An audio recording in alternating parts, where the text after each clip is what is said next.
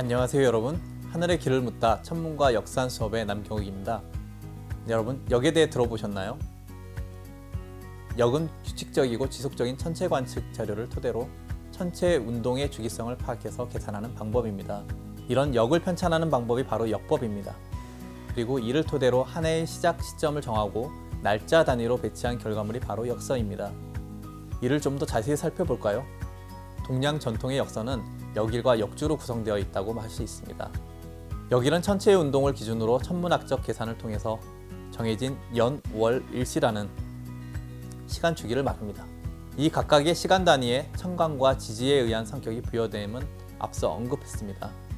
역주는 역서에 써놓은 자연의 시공간이 지닌 술수적인 성격과 인간 생활의 기륜과 같은 정보를 담고 있습니다. 이렇듯 전통시대 사람들은 천체의 움직임이 인간사에 영향을 미친다고 믿었기 때문에 이를 구체적으로 파악할 필요가 있었습니다. 이를 위해서 지속적인 관측이 필요했던 것입니다. 그리고 이 관측을 통해 주기성을 계산해내야 했습니다. 이는 전문가들의 몫이었죠. 이를 관장할 기관, 그리고 이를 지속시킬 운영 체계와 다양한 제도도 요구되었습니다. 이를 갖추려면 이 기관에 소속된 국가의 안정성이 무엇보다 필수적이었습니다. 이런 점을 미뤄보면 역사의 정보는 국가가 생산하는 매우 고급 정보라고 할 수 있습니다. 고대 사회에서 이런 고급 정보를 생산할 수 있는 국가는 대표적으로 중국을 꼽을 수 있습니다. 앞에서 동양 전통의 역법에 대해서 이야기할 때 줄곧 중국을 거론했죠. 바로 이런 사정 때문입니다. 여러분, 삼국사기 등 당시 기록에 의한 삼국의 역서를 도입한 시기를 살펴볼까요? 고구려는 영유왕 7년 2월에 중국 당나라에 사신을 보내서 역수를 구하였다며 구체적으로 역서를 확보한 때를 기록했습니다. 신라는 신라 문무왕 14년 정월 당에 들어가 수기하던 대마다 덕복이 인력 만드는 법을 배우고 와서 신라의 역법으로 고쳐 썼다라는 기록이 있죠. 백제는 이들 나라들보다 먼저 중국에서 역사를 구한 것으로 알려져 있습니다. 당시 주변국이 중국의 역법 체계를 수용했다는 것은 역사적으로 중국과 사신의 왕래가 있었음을 의미합니다. 즉, 중국과 주변국이 조공 책봉 관계를 맺었던 것이죠. 이 조공 책봉 관계를 보여주는 지표는 여럿 남아 있는데요.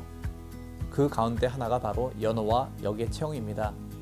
마치 현대의 우리가 서기와 양력을 쓰듯이 말입니다. 중국은 이 체계를 대개 지난 시대부터 운영하기 시작했죠. 고조선이나 고구려는 이 체계로 진입했던 것으로 보입니다. 삼국은 농경 사회였던 만큼 사계절의 변화를 알 수 있는 중국의 역법을 이용해서 얻을 수 있는 이득이 컸습니다. 그리고 하늘에서 벌어지는 일식이나 월식, 그리고 해성과 같은 일들에 대비할 수 있으리라는 기대도 그에 못지않게 컸지요. 근현대 사회에 식민지와 같이 피지배 사항이 아닌 이상 이런 이득은 국가 통치의 이득이 컸던 만큼 굳이 역법을 거부할 이유는 많지 않았습니다.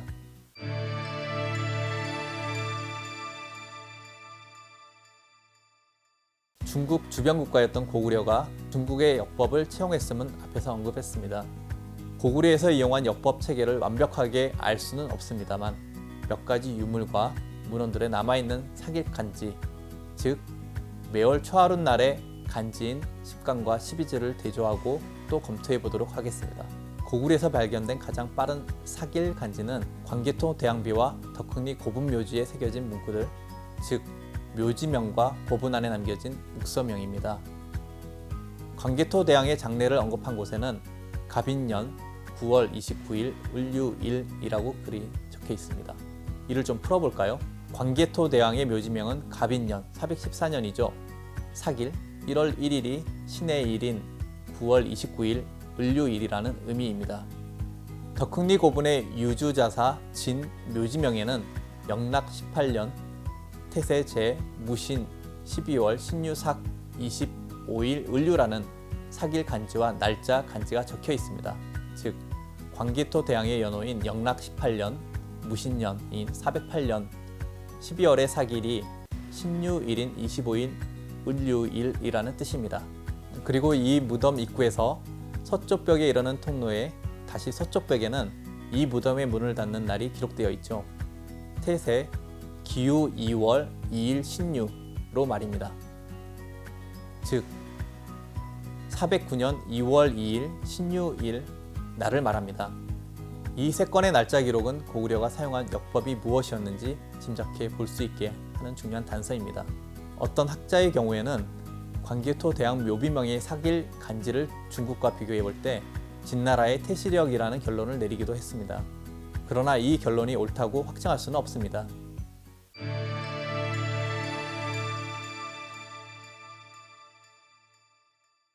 그럼 백제도 한번 살펴볼까요? 백제는 문영왕릉 묘지에 새겨진 사길 간지로 추정해 볼 수 있습니다.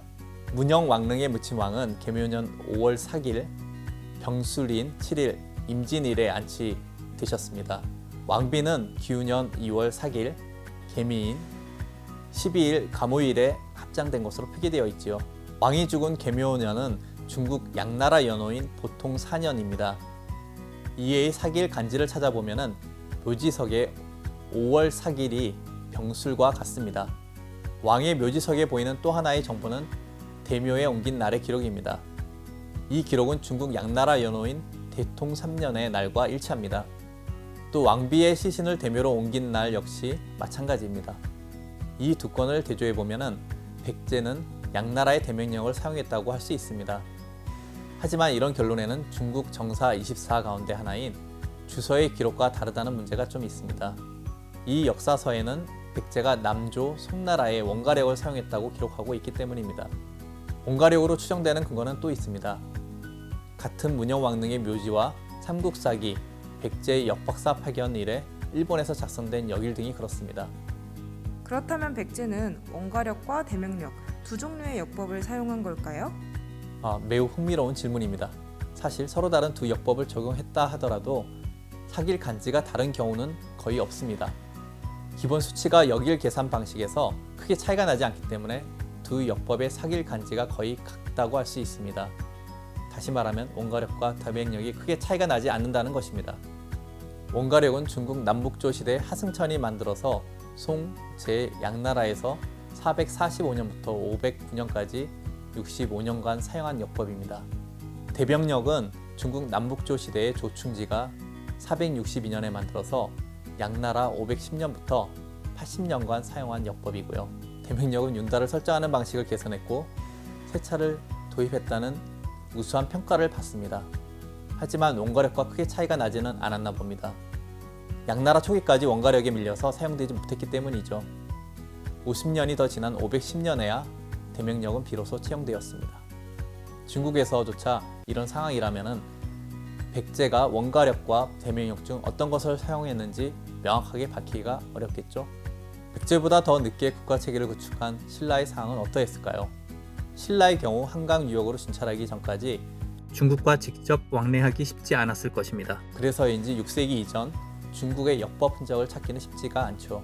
실제로 이 시대 신라의 유적인 울진 봉평비나 영천, 청제비 등에 기록된 날짜는 사길 간지가 없습니다.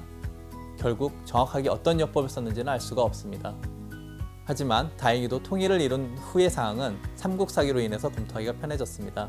문무왕 때 당나라로부터 역수를 들여와서 새롭게 역법을 사용했다는 기록이 나오기 시작하죠.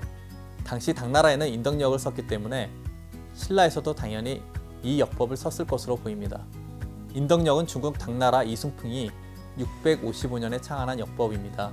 중국에서 666년부터 728년까지 사용되었습니다. 특히 7세기로 접어들면서 조공국과 책봉국 관계가 강화되는 양상을 이 역법의 채용 과정에서 볼 수 있습니다. 신라는 처음으로 당나라의 연호까지 사용하기 시작했죠. 그리고 당나라 역법에 더 일치되는 방향으로 진행되었습니다. 그리고 측천무예 시절 일어났던 역법의 전환은 신라에서도 볼 수 있습니다. 즉, 측천무 이후의 상황이 신라에서도 즉각 반영되었던 것이지요. 이렇게 삼국에서 사용한 역법은 현재 남겨진 유물을 활용해서 당시의 상황에 따라 추정할 수밖에 없습니다. 삼국의 역법을 짐작하기 위해서는 몇 가지 방법이 시도되고 있습니다만 아직은 구체적인 상황을 확실히 알기는 어렵습니다. 다만 한 가지 부인할 수 없는 사실이 있는데요. 이렇게 역설을 만들 수 있었던 것은 중국에서 역설을 제공받았기 때문이라는 것이죠.